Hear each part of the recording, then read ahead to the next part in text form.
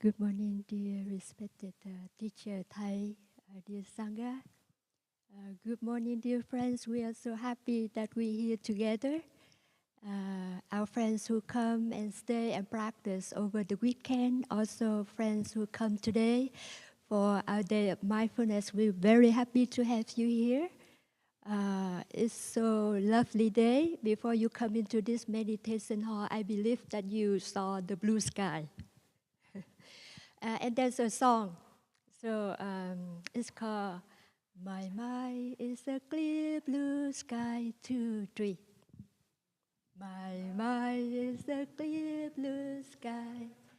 Clouds come, clouds go, but my mind is a clear blue sky. Clouds.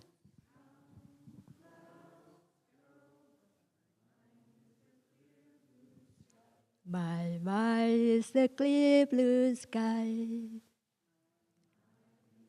Substitute for cloud. Feelings go, feelings come, feelings go, but my mind is the clear blue sky.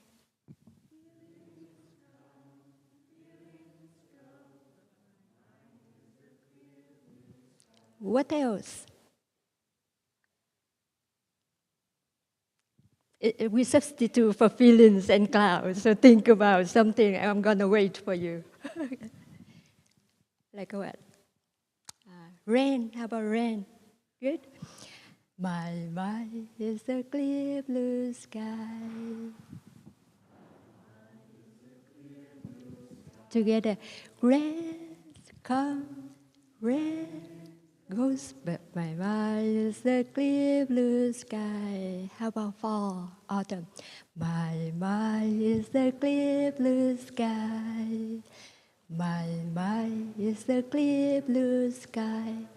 Fall comes, fall goes, but my mind is a clear blue sky. Dear friend, we up here we have brother Nim Luk, brother Phap Thuc, sister Lăng Nghiêm, and I, sister Thang Nghiêm. We are taught by the Sangha to be here with you this morning to welcome you, and also to have a session of question and answer together. He's a very hot chair. We just kidding, but it's a chair that we would like to invite you to come up here to share with us your question from your heart. A question that doesn't need to be long, precise, and a question that help us with our practice of how to practice without suffering, without meditation, without concern. When you come up here, the sister will invite one sound of the bell, and we all breathe together and to see the question manifests. And then we take turn to answer your question, and then after that you can return and the next person can come up and share with us your question. Let us start with the sounds of the bell. So breathing in, I enjoy my in-breath. Breathing out, we enjoy our out-breath. In, out.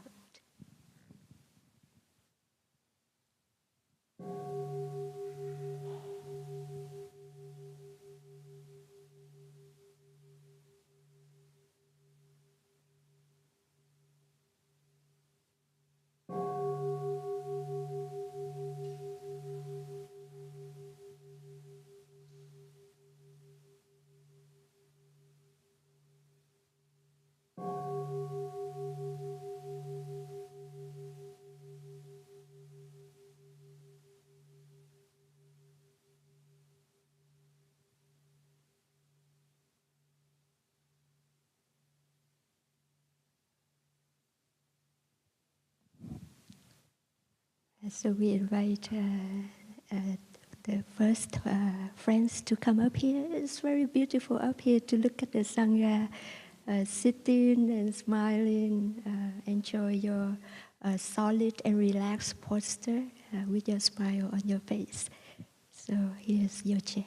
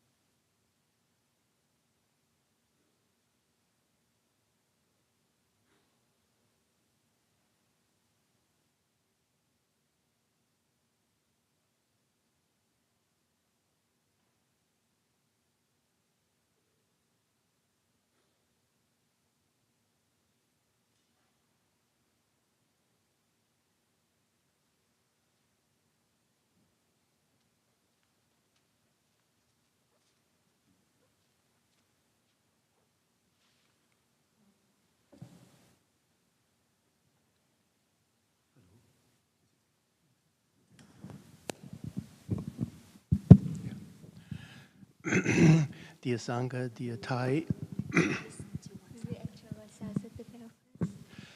I sometimes when I come to Blue Cliff, I feel like a little child.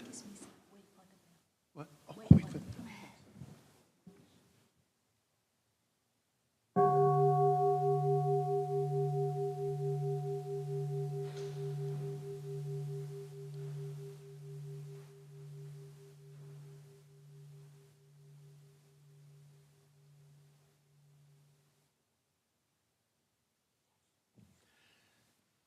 When I come to Blue Cliff, I sometimes feel like a little child that gets double messages from their parents.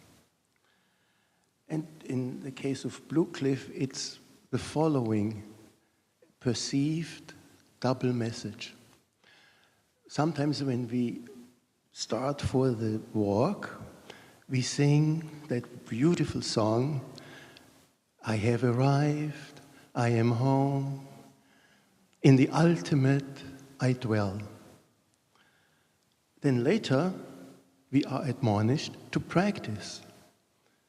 If we have arrived, why practice? And associated with that question is the double grasping, the Dvaya Graha Vasana, that Vasana is a habit of double grasping, because there are really no objects. The objects are objects of the mind according to Buddhist doctrine. But when we stand here and we turn and we bow to the Buddha, he is apparently outside. We bow to something over there. But is there anything over there? Because we actually double grasp. And so there is a perceived conflict.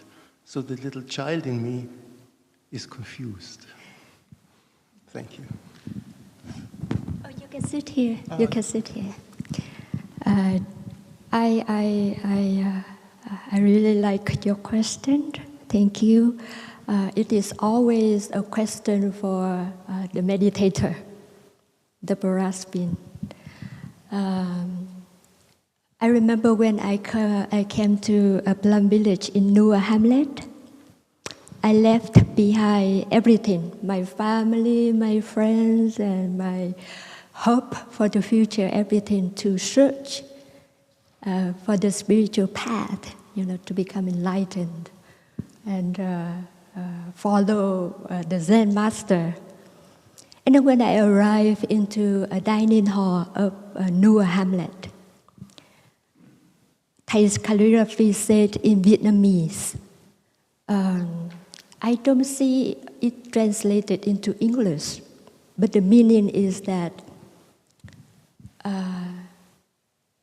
the work that needs thousands of years to complete has already completed 1,000 years ago. And I said, this is not fair. I left everything. I journeyed such a long way. And then I just arrived and said that everything that I tried to search for, everything that I really invest my whole life into already completed. You have nothing to gain here. And that is really a struggle for the little child in me at that time too. You see. It takes a lot of time to understand it. And so much gratitude to our teachers and to the community, the Sangha, step by step guiding us, guiding me from a novice and then to become a Sisamana, to become a Bhikshuni, etc., to understand this message. So if everything already done, everything already completed, everything's Buddha, already enlightened, and what we doing here? What are you doing here? That's the question that also one of Thay's calligraphy. What are we doing here? So it's acknowledgeable that there's suffering, there's happiness. They go hand in hand. But so many of us in this world, Saha world, that the Buddha taught that we so blind. We got caught into our suffering. And many of us would see no light. We just so deep into our suffering. And there's so many different kinds of suffering.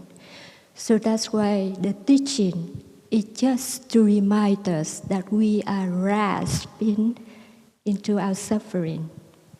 And when we suffer, we forget that there's also a lot of happy conditions available at the same time. When we suffer, we see everything suffering. That's the teachings born right there, just to remind us. It's not that we have to go and search for. We don't want to subject ourselves into a hard labor to become enlightened. Enlightenment is Buddha and everybody Buddha. So it's just the remind. All of the Buddha's teachings or all other religions, I believe that's to remind us so that we don't sink too deep into our suffering. I hope that's helped a lot to your question. Thank you.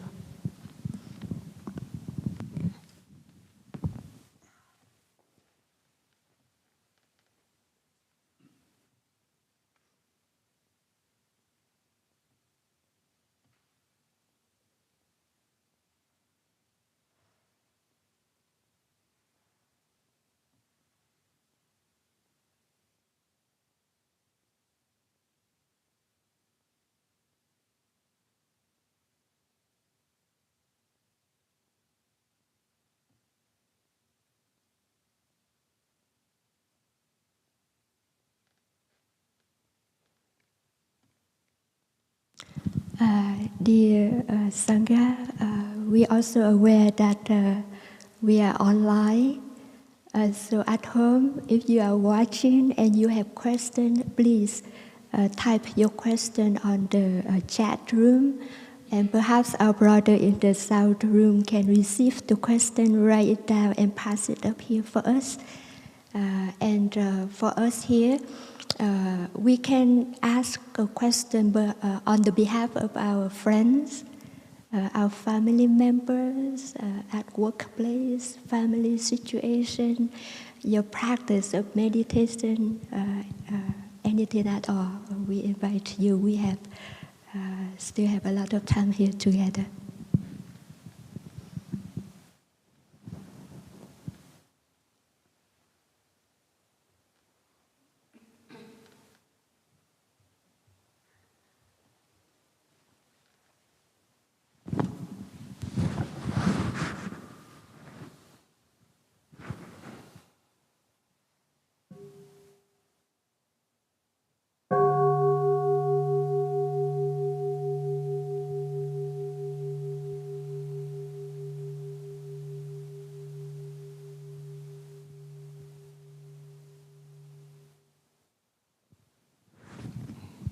Hi. So my question is like, I guess, it's more similar to my age. I'm relatively young, recently 24.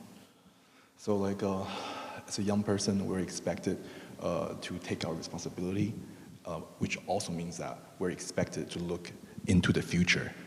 So we have to plan our future accordingly, so we're seen as responsible. But then like when I talk to other people about like, okay, you're going to religion, you're going to like Buddhism, going to practice and meditation, a lot of people express like the impression of, oh, you're trying to escape from responsibility. So like when I'm reading like the chant like yesterday, that you shouldn't think about the future too much. You be daydreaming, you'll be living the future. You cannot think about the present too many times. You get anxiety. You cannot think of the past. Then there's too many things they tell you what to do. But then like as young people, we're instructed by our other people to what to do. So it kind of left me in this place. I'm kind of confused. So we don't really know that what is right, what is wrong. If I do the meditation, am I being called as I'm being escaped from responsibility? So I feel like people in my age, like in this like situation that we have to try really hard to get something, but then if we don't try at all, we might live on the street. so I guess that's my little worry. I'm in this crossroad with north, south, and east, and many different opportunities from many different directions, but I don't know which one is the right way to go.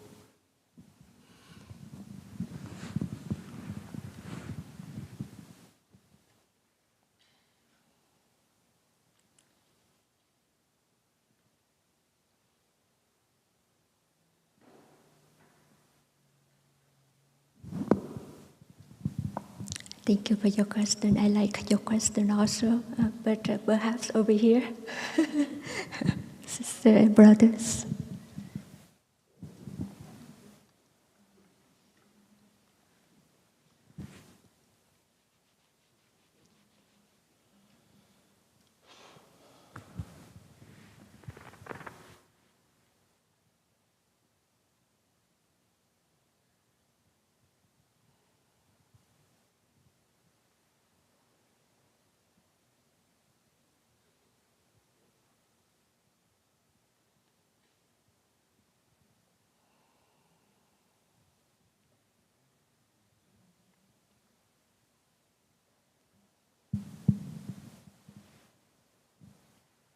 So dear Thầy, dear community, thank you Andrew for your question.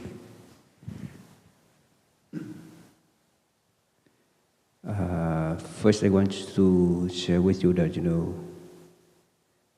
in this life, because, we live in a community and we surround a lot of people. That means, we will have we will receive a lot of feedback, right? Then I think in my practice, we need to listen to ourselves, yeah, and we need to know that what do we want for ourselves, yeah. And then if we want to meditate, if we want to practice, we need to know the reason why we want to practice, yeah. And then, yeah, maybe other people, they have different background, different idea of their life, and we have different idea. Yeah, we have different need. Yeah. And then, that is the way we can support ourselves. Yeah. We can receive the feedback from others, and be aware of that feedback. Yeah. But we need to listen to ourselves, to if we need if we want to meditate to help ourselves, to release our stress, our afflictions, and so on. Yeah, we say, "Oh, I need it. I need to do it." Yes, from our heart. Yeah, that's my answer. Thank you.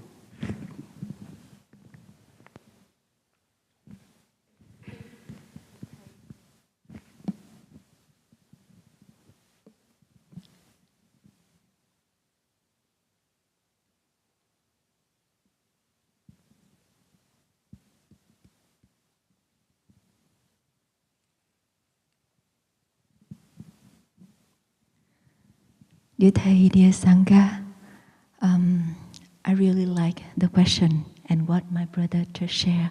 Yes, I would like to add one more thing, two small things in what my brother just shared.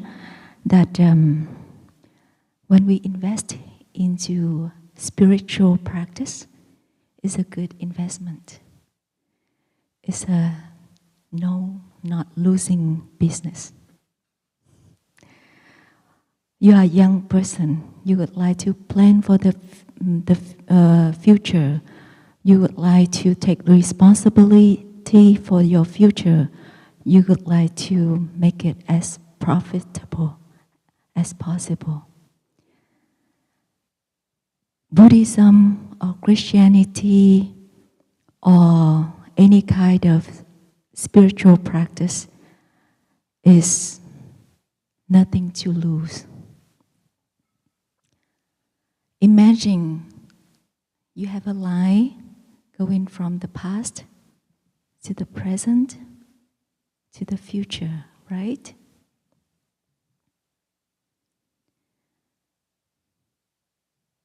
Yesterday was the past of today,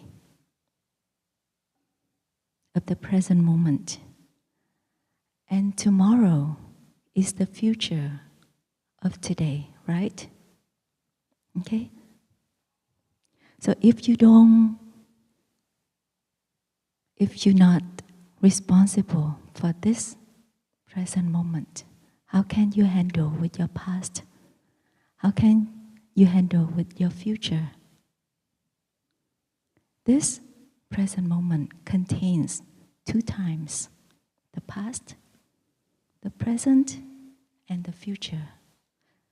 So there's nothing wrong if you can take responsibility in this moment and cannot be responsible for your past, cannot plan for your future. You are welcome to plan for your future, but it doesn't mean that you miss this present moment. When you come back and take care of this present moment, you are encountering with life. You live life in each moment. That's how you can take care of this moment. You can take care of this life. You can take care of the past. You can transform and plan for your future. So I wish that you enjoy this moment from the practice of coming back to your breathing. Enjoy each step that you can take now when you are young, full of energy. That's how you can plan your life for your future. Thank you.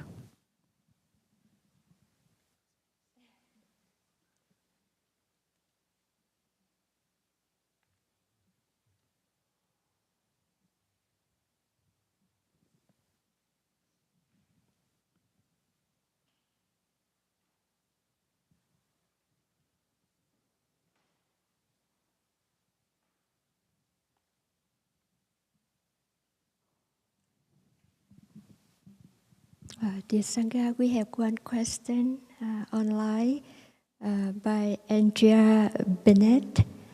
Her question, Andrea is her. The question is, how do you handle when you at peace, at home, and happy, but others try to interfere and make you suffer and unhappy? You got the question? Again, how do you handle when you're at peace, at home, and happy, but others try to interfere and make you suffer and unhappy?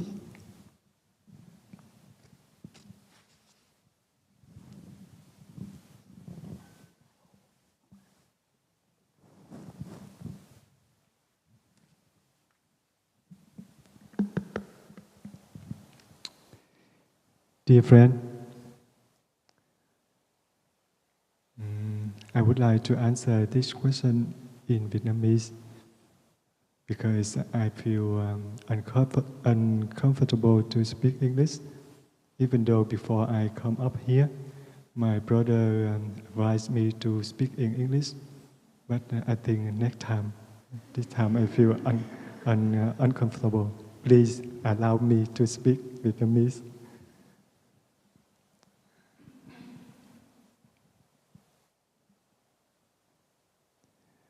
Con nghĩ cái sự thực tập này nó cũng không có gì quá khó. I think this practice is not too difficult. Bởi vì khi mà mình đang có bình an mà một người nào đó chen vào cái sự bình an mình và xâm chiếm cái sự bình an của mình.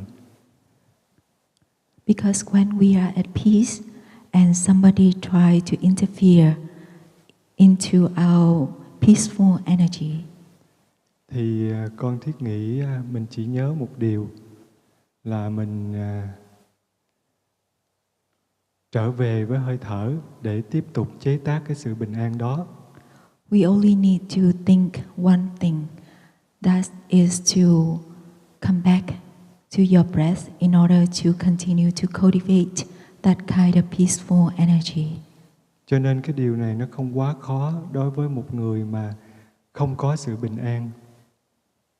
So this is not too difficult to practice for those who already have peace. Con nói như vậy không biết đại chúng có hiểu ý của con hay không? I don't know whether you understand my sharing or not.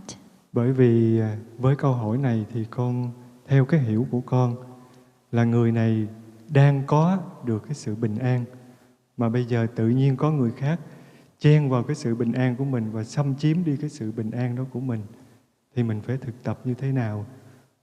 Thì con thiết nghĩ mình cứ tiếp tục duy trì cái sự bình an đó bằng cách nhắc nhở mình là mình đã có pháp môn rồi, mình chỉ trở về với hơi thở và tiếp tục chế tác cái sự bình an đó của mình mà thôi.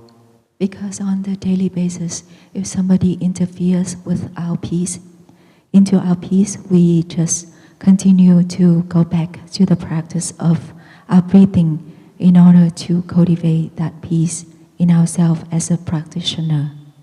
Nó không quá khó như đối với những người mà người ta đang không có cái sự bình an sẵn có. It's not too difficult to compare for those who doesn't feel peaceful at the moment. Và chúng ta nên nhớ một điều là trong giáo lý của Đức Thế Tôn dạy rất là rõ, đó là tất cả các pháp đều vô thường, tức là ngay kể cả cái sự bình an của mình đang có, nó cũng sẽ thay đổi. And we should remember in the Buddhist teachings that everything is impermanent. Even our peace is also impermanent. Cho nên khi mình ý thức được điều đó thì sự bình an của mình có thể vắng mặt trong một vài phút, một vài giây, thì điều đó rất là tự nhiên. Mình chỉ cần nhắc nhở mình là mình đã có pháp môn, đã có chìa khóa, mình chỉ cần trở về với pháp môn của mình và mình tiếp tục duy trì và chế tác cái sự bình an đó, thì con thiết nghĩ mình sẽ có thể đối diện với tất cả những gì không mong muốn có thể xảy ra trong cái cuộc sống của mình. And so I think that when we are aware of that, it helps us to know that our peace is also impermanent, and when things like this happen, we can remind us to come back to our peaceful energy, because that will help us to cultivate more and deal with any situations that may come up, like somebody interfere our peace. Dạ, con xin hết. Thank you for your question.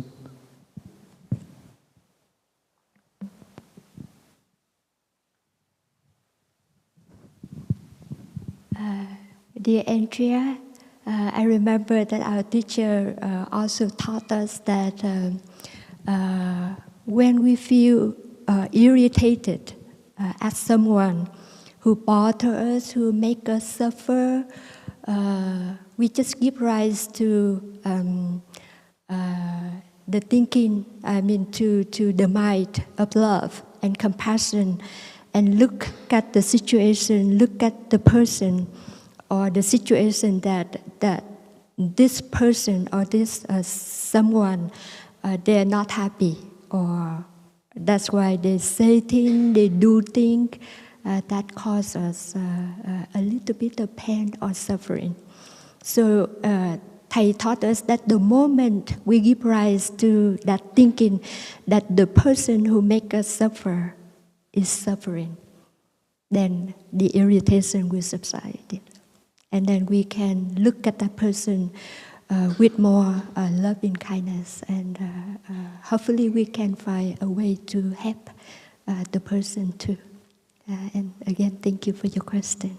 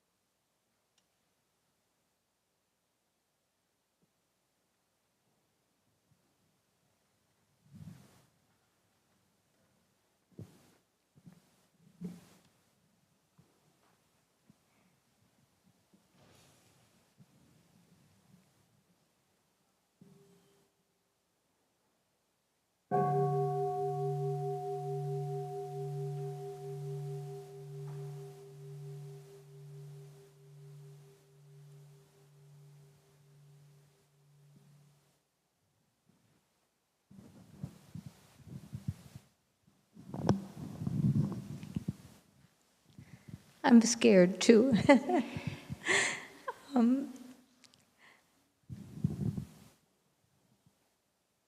I miss our teacher. And I want to know how to think about our teacher, because I felt safe in the world when he was here, but now I feel grief. Thank you.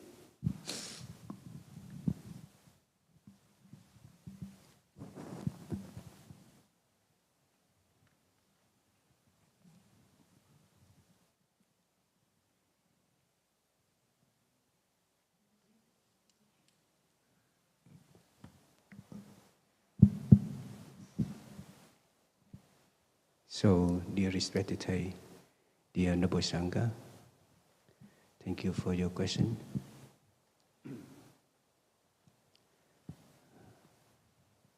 I am a monk. Yes. Then I never have a chance to meet our teacher in person. But because I became a monk in 2013, the day I knew that he who passed away, it was so sad, because that means I will not have a chance to see him in the person anymore. Yeah. But in that time I came back to my practice, and I heard this story. He say, because in that time the nun in Vietnam who built the stupa for Thầy, right? And he say, after he passed away, if somebody look at that stupa and they say there is nothing inside, and if they do not understand, they say there is nothing outside. And then if we want to see Thầy, we can see him in our steps. Yeah, I think in that time, even until now, when I practice how to get in touch with Thầy, just come back to my practice, just follow everything he taught us.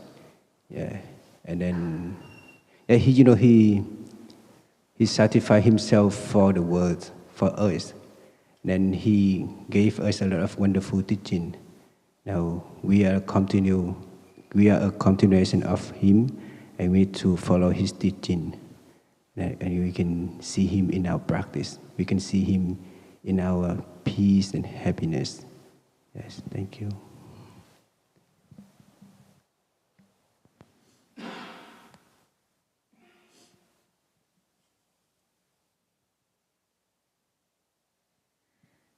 Dear Thầy, dear noble community,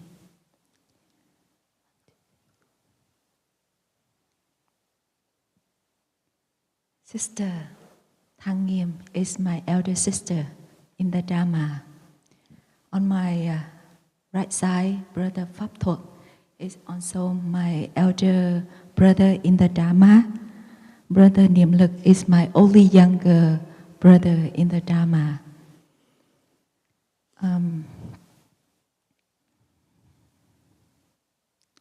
I still remember vividly the moment I heard the news of Thầy passing away. It was so cold that day, even though it was sunny and the snow covered all the ground here. I thought my heart was cold as the outside surrounding too. And then there was only a few brothers and sisters went to Vietnam at that time in order to attend the funeral. The rest of us stay here to have 1 week of the heart reflecting retreat to commemorate on Thầy. We all sad because of that. We thought that Thầy already gone. We couldn't see him anymore in person. I was so sad at that time, but when I look up, I still have my elder sisters sitting in front of me. I also have my elder brothers sitting in front of me. And now I know that behind me, there are also a long line of the brothers and sisters. We carry Thay's legacy and mission and whatever that they have done and have complete. We carry Thay with us into the future. I remember a moment I sat with Thay. You know, next to this meditation hall is Thay's hut. He used to live there whenever he had a chance to come here. I remember a moment that I sat with him. He loved sitting on the hammock, and I was trying to push him, and he said that even at that time he's still young. I mean, in his 80s, but I consider him as a young, very young in spirit and revolutionary master. He's very full of energy, but he said that I already done my work. Now is your time. I pass that on to you all. That's why I understand Thầy when Thầy say that if you would like to find me in your breath, in your steps. Are you still be able to breathe? Yes. When you breathe, you are alive. With each breath, everything is possible. Life is possible. I guess you're still strong enough to enjoy your walk, to enjoy your steps. Get in touch with Thầy intimately from your breath, from your steps like us.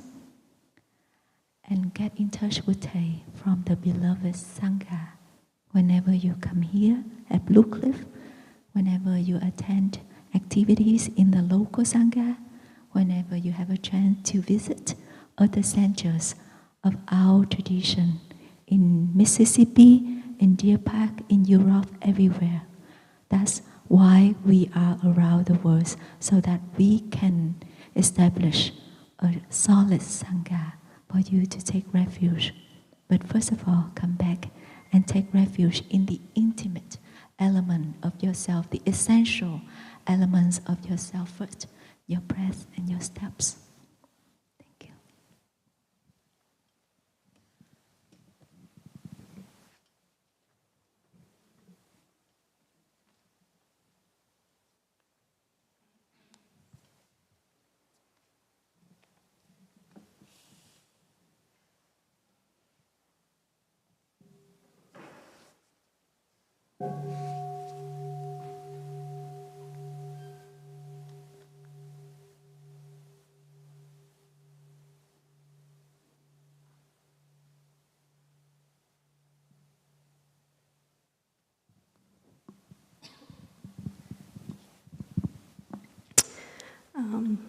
Hello.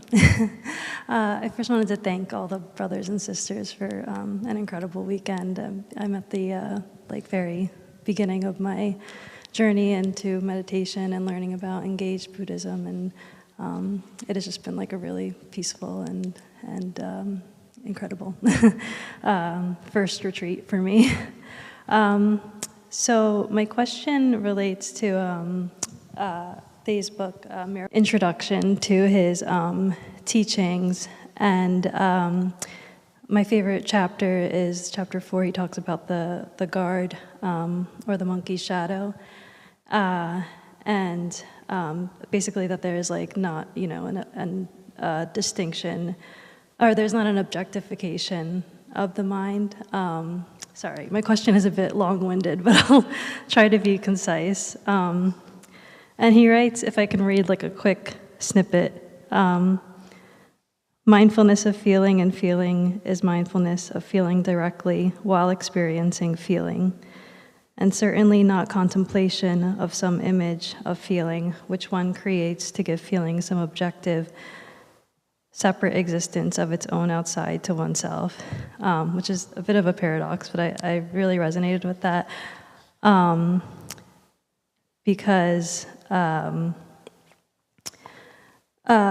so I struggled with that a little because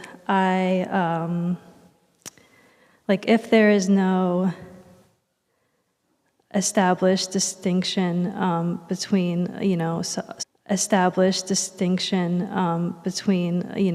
subject and object, and our thoughts are kind of like a part of us, even though they come and go and we can only observe it. For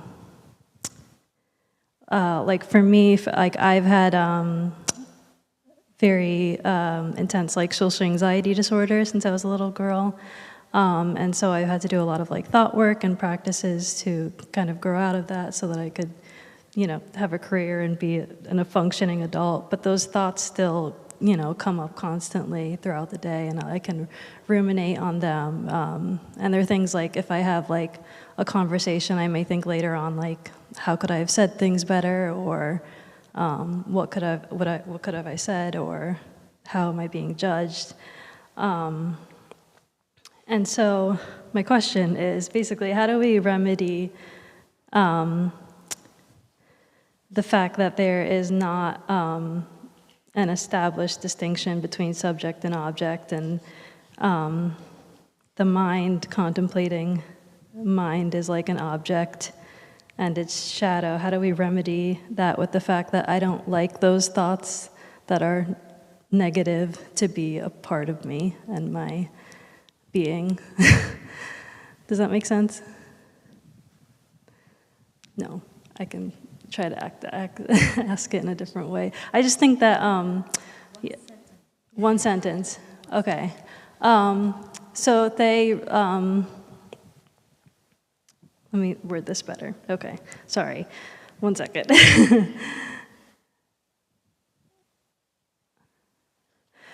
So they writes that you can't, he writes here, mind contemplating mind is like an object and its shadow. The object cannot shake the shadow off. So how do we remedy that truth with not wanting certain thoughts to be a part of us, like a part of myself and a part of my whole identity, like for the rest of my life. Like I don't want certain things to be so a part of me. Thank you.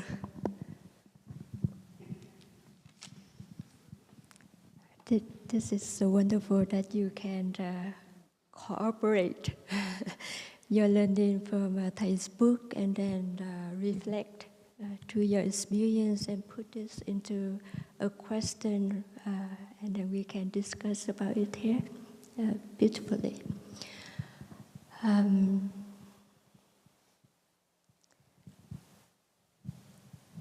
Also, our teacher taught us that even the Buddha mentioned that the mind is like a monkey. Or we call it like, we can consider it as a subject. Always grasp, the objects outside, like a monkey, jumping from branches to branches. Whatever we see, whatever we hear, we give rise to thought, to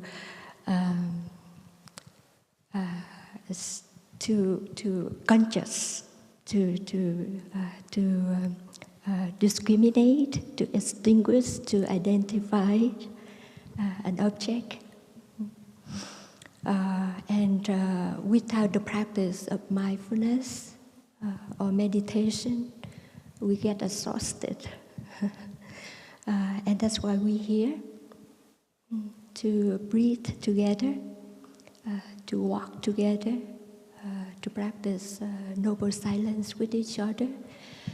Because without this practice, our mind, with the interference of the environment, it just constantly chatting, constantly talking up here. And then we don't have time to really reflect and to see what we should do best at the moment. And because of the mental discourse up here, or running after objects of the mind, we lose ourselves to the past and the future. We don't live our life. We walk as a sleepwalker.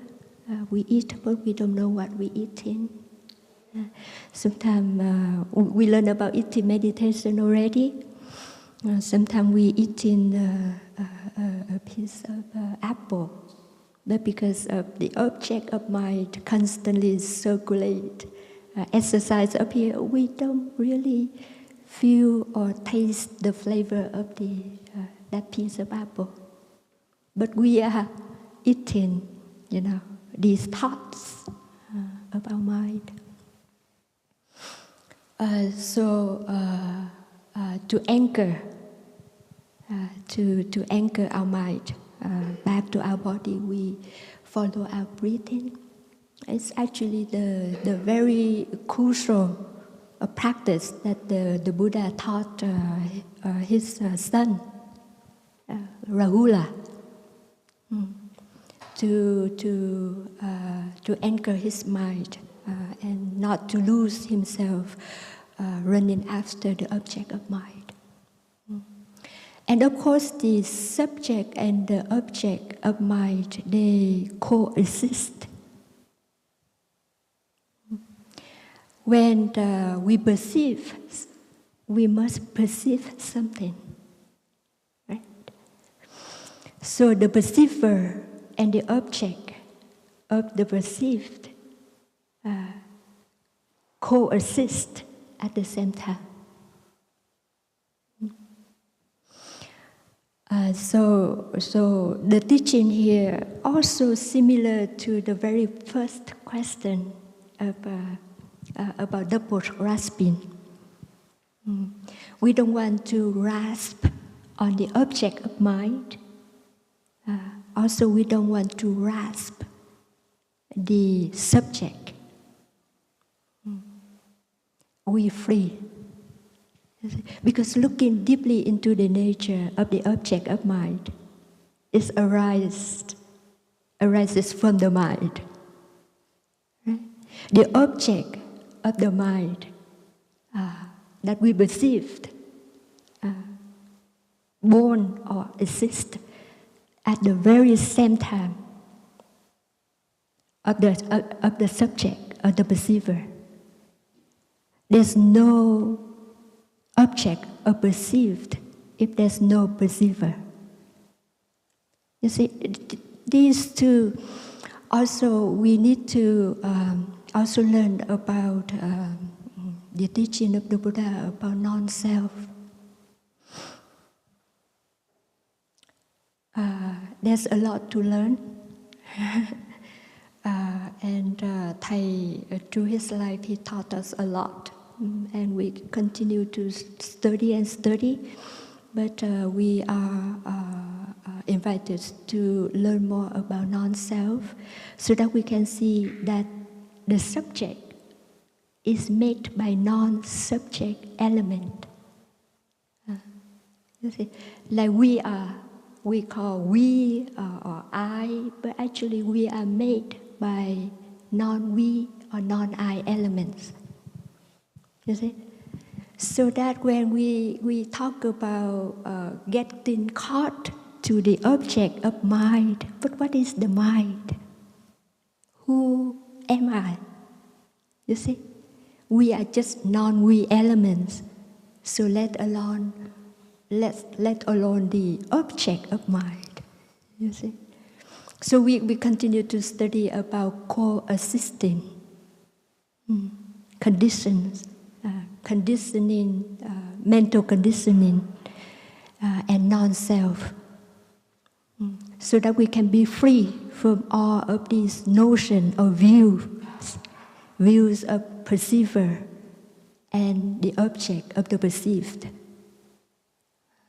You see, everything made by not everything elements, so we can be free. Yeah? So we continue to learn, but of course, we would like to practice our basis practices so that we can dwell in the present moment, so that we can clearly journey further in our study. Because sometimes we really easily lose ourselves in our study also. We get caught, that's the past, that's the last book I studied, and this is the new concept and all that. But we know the purpose of our study is to practice. And you stated very clear of your anxiety. So the aim of the practice is to come back and take care of ourselves. And you see very clearly anxiety is occupying you. And we practice to look at it, to stay with it, to breathe with it, and to transform it into a calmness and peace in our body and mind. And Thay's teaching about subject and object, perceiver, and object of the perceived and all that is so wonderful for us to see more into the nature of how we get caught into being, non-being, birth and death. So it's invitation for us to be open and continue to study. And thank you for your question. Yeah. Do you want to add?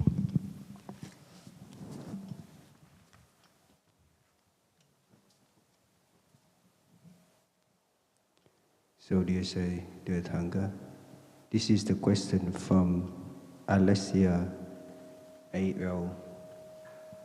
How to deal when a place supposed to be healing and nourishing stop to be healing and nourishing, for example, like the hospital, become toxic because of the managers who manage it. How do I practice? Do I have to run away or stay and suffer?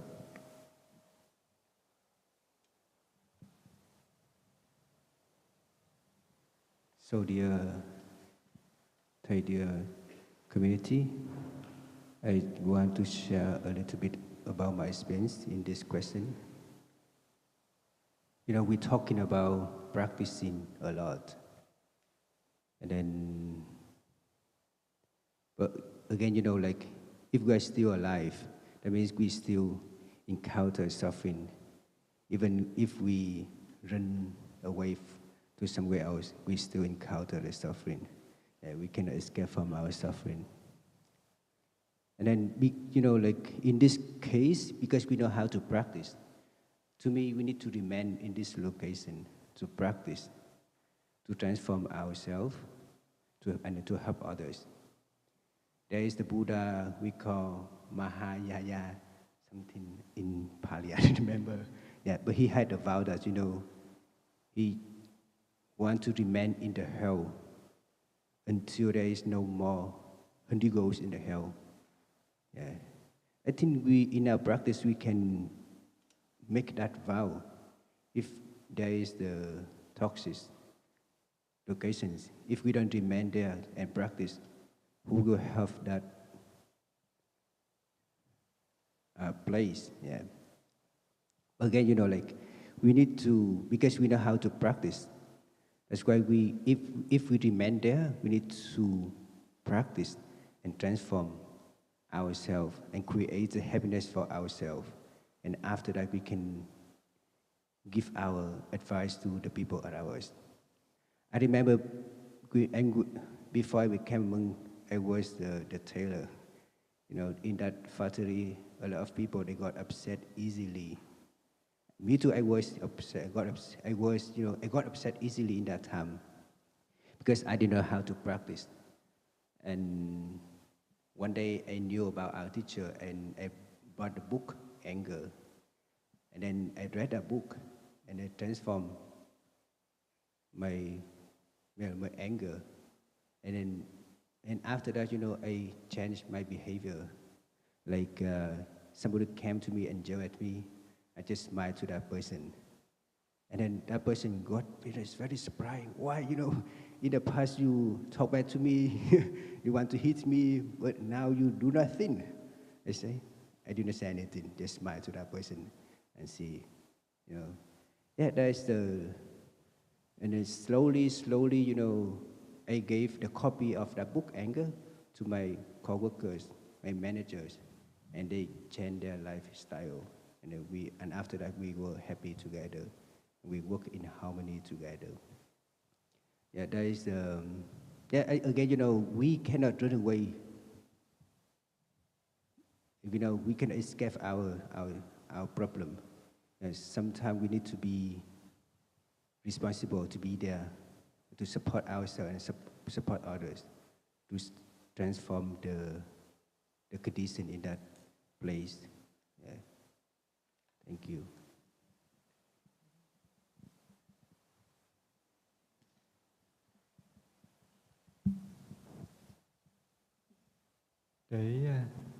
Để cho cái thính chúng ở đây hiểu rõ cái câu hỏi lại một lần nữa, thì con nhờ sư cô Lăng Nghiêm đọc lại câu hỏi một lần cho đại chúng nghe cho rõ.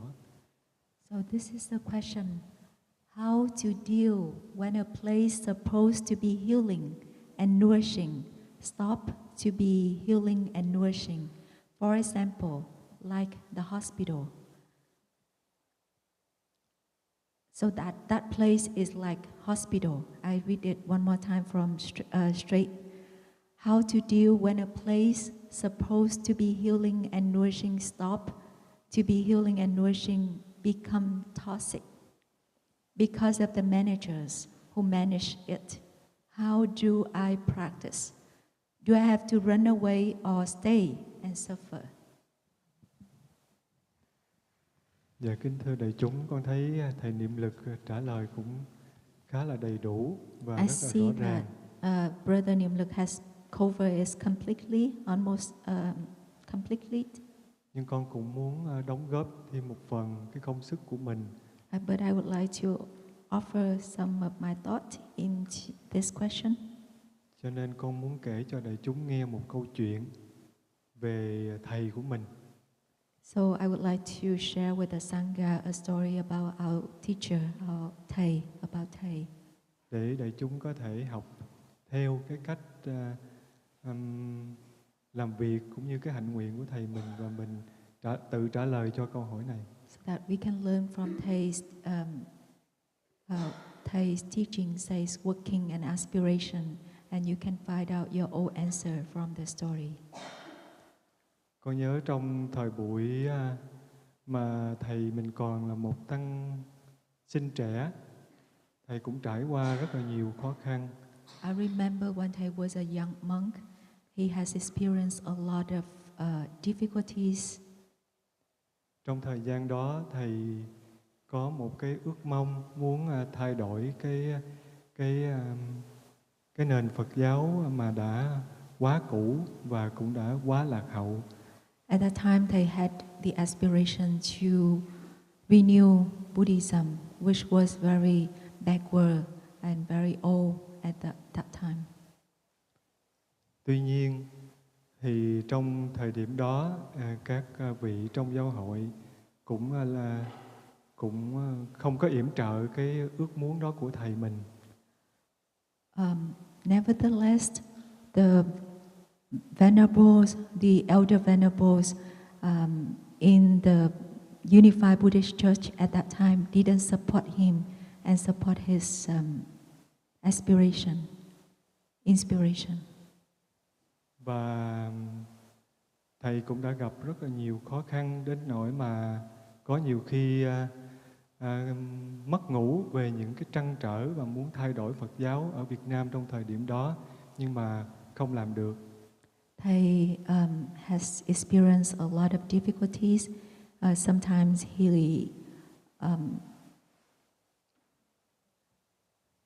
encountered insomnia. After many concerns, many thoughts of how to change the Buddhism, how to renew Buddhism.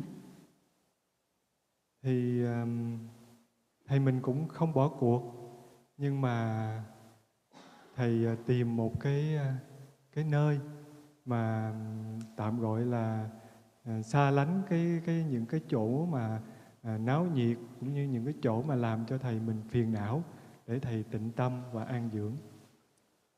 But he didn't give up.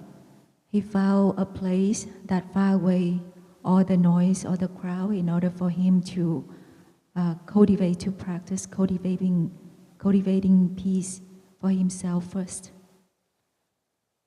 Để đợi cho đến khi mà cái thời cơ nó chín mùi, cũng như đợi cho đến lúc mà những cái điều kiện nó hội đủ thì thầy trở lại và tiếp tục sống dậy cái nền Phật giáo mới. And waited until the sufficient conditions to manifest, and he come back in order to continue to his aspiration to renew the Buddhism, Vietnamese Buddhism at that time. Cho nên con thiết nghĩ trong bất kỳ một cái hoàn cảnh khó khăn nào thì mình cũng phải xem lại cái hạnh nguyện của mình để mình coi mình có muốn thay đổi nó hay không. So I think in any difficult situation, we need to come back to realize our aspiration, whether we would like to do something to make some change with it. Thường thì chúng ta hay có cái khuynh hướng là mình thấy khó khăn là mình hay muốn chạy trốn. We have a tendency to run away from all our difficulties or obstacles. Nhưng mà mình không cho mình một cơ hội để mình làm thử, để coi mình có làm được hay không. Didn't give us a chance to try to overcome our difficulty. Ví dụ như con ngồi đây với thính chúng, con rất là không có tự tin bởi vì con không có nói được tiếng Anh. For example, sitting here with the Sangha right now, I don't feel confident at all because I don't speak much English. Cho nên khi mà được mời lên đây ngồi á, là tự nhiên cũng là mất đi 50% công lực. So when I was invited to come up and sit with the panel here, I lost my 50% of my confidence and capacity. Cho nên con cũng phải tự nhắc mình là cho mình một cơ hội để thử và cống hiến. And I told myself that I should give myself a chance to try and to offer my insight for the audience, for the Sangha. Và con biết rằng con không có làm tốt hoàn hảo, nhưng mà con đã làm bằng hết cái khả năng của mình, thì con nghĩ thính chúng cũng có đủ cái sự hoan hỷ để chấp nhận cái yếu kém của con. And I know that I'm not perfect, but I contribute wholeheartedly the best of myself so that you can accept me joyfully and happily. Tuy nhiên không phải lúc nào mình cũng xông ra để mình thử sức mình như vậy, mà mình phải biết sức của mình đến đâu. Of course, we shouldn't volunteer ourselves in most of the situation like that. But we also need to go back and see whether we can do just kind of text or not. Ví dụ như mình không biết bơi mà mình thấy một người đang chết đuối mà mình nhảy xuống để mình cứu cái người đó, thì đôi lúc là cả hai đều cùng chết. Cho nên mình phải biết cái sức của mình đến đâu và mình có thể làm cái việc đó hay không. For example, if we don't know how to swim, but we saw somebody sinking, and we shouldn't jump into the water in order to save that person. It's not the right decision at all. So we need to always coming back and check whether we have the capacity to do that or not. Cho nên cái chánh niệm trong đời sống hàng ngày nó sẽ soi sáng cho mình thấy được cái điều đó. So the daily mindfulness, the practice of mindfulness in our daily life can help us to shine on every action that we need to do, whether we can do that things or not. Cái gì mình có thể làm được, cái gì mà mình không thể làm được, thì chánh niệm sẽ soi sáng và sẽ giúp mình nhận diện ra cái điều đó. The energy of mindfulness will help us to realize what is right or wrong for us to do. Cho nên cuối cùng thì con cũng chỉ muốn nhắc nhở đại chúng một điều, đó là chánh niệm rất quan trọng trong đời sống hàng ngày của mình. Nó sẽ giúp soi sáng cho mình cái gì mình nên làm, không nên làm, và cái gì mình có thể làm được. So in summary, I would like to just emphasize on one thing, that the energy of the practice of mindfulness is very important in our daily life. It will shine on our actions and let it know what kind of action is right or wrong for us, is possible or not possible for us to do. Và mình chỉ cho mình thêm một chút thời gian và cơ hội để mình có thể làm được cái điều mà mình mong muốn. And give ourselves more time and opportunity to accomplish what we would like to do. Dạ, con xin hết. Cảm ơn đại chúng đã hoan hỷ ngồi lắng nghe con. Thank you. Thank you for your listening.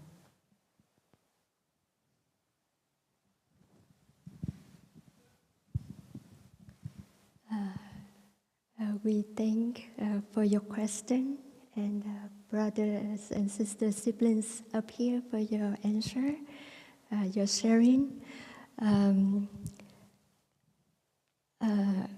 Next activity, we would like to invite the whole Sangha to enjoy a walking meditation outdoors. But before we end, I just have something to add. I really like the sharing of Brother Nimluk and Brother Phapthuk for the last question. And it just reminded me that in our Sangha, we have one sister, and she used to work in the environment that in the beginning, she just so happy that she could get in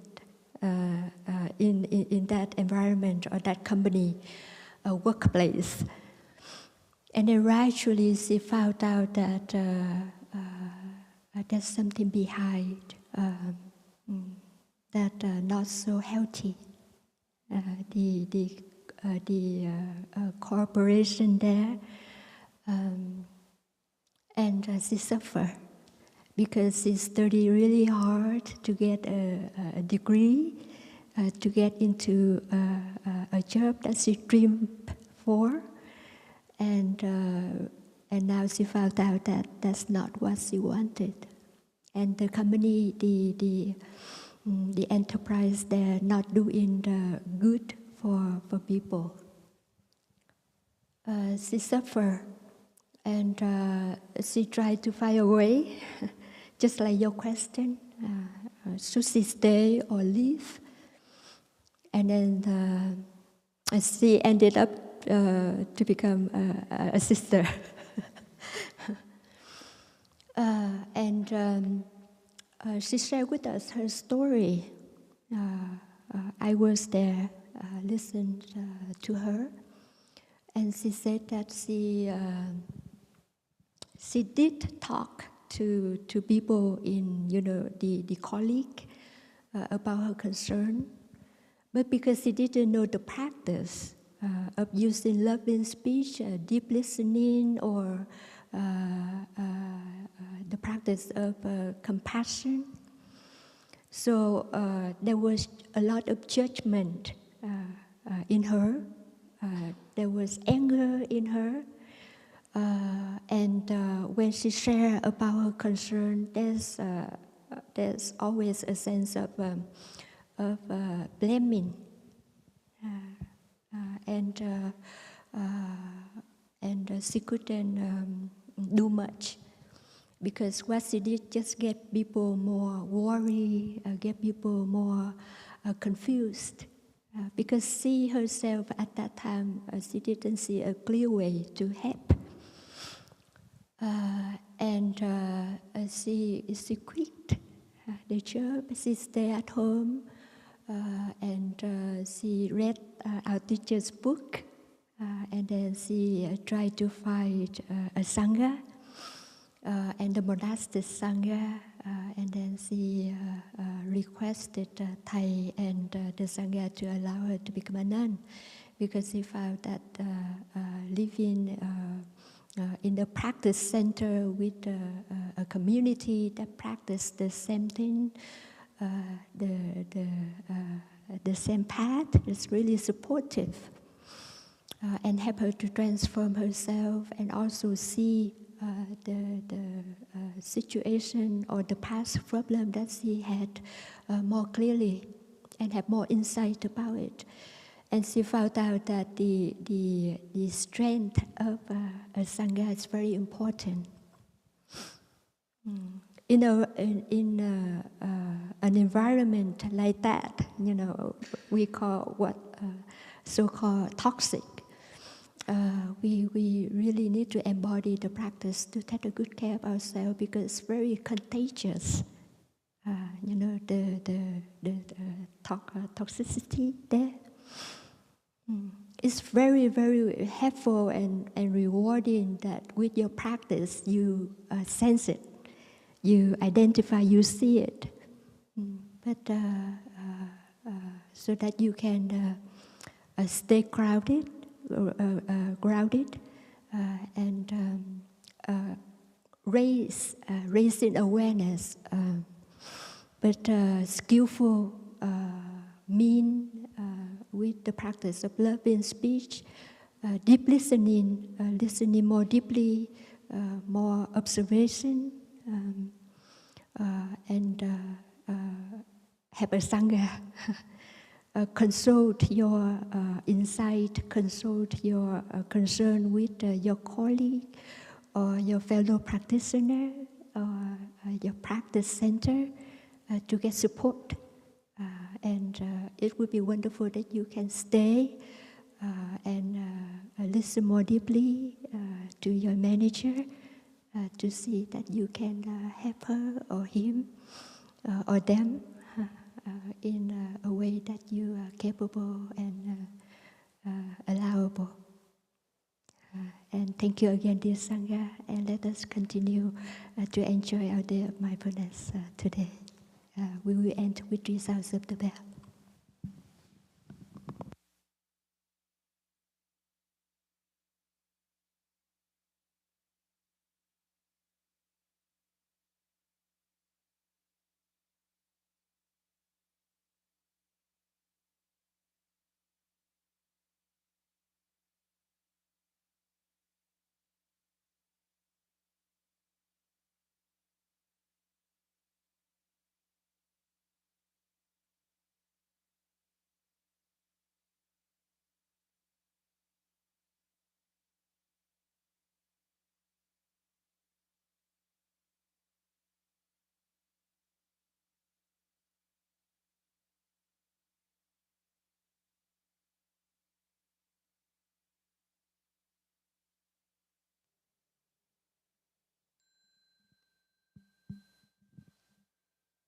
So, dear community, now you can unfold your legs and give your body some massage.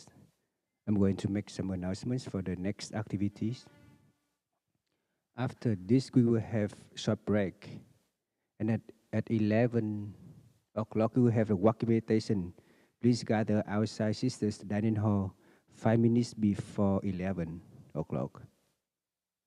And after walking meditation, at 12 o'clock, we will have Dharma sharings. We will have two groups. One group will be here, and another group will be in Sisters. Small hall, we call J Candle Hall. Now we can divide into two groups now. From you to this side, please come back here at 12. Yeah, and from that into over there, please be in Sisters J Candle Hall at 12 o'clock. And after Dharma sharing at 1 p.m., we will have lunch together in Sisters Dining Hall. This is the announcement for those who just be here today. Is there anyone who is the first time? Can you raise your hands? Yes. After this, please gather in that corner. Our sister will give you some guidance how to enjoy your time here. Thank you. Enjoy your day.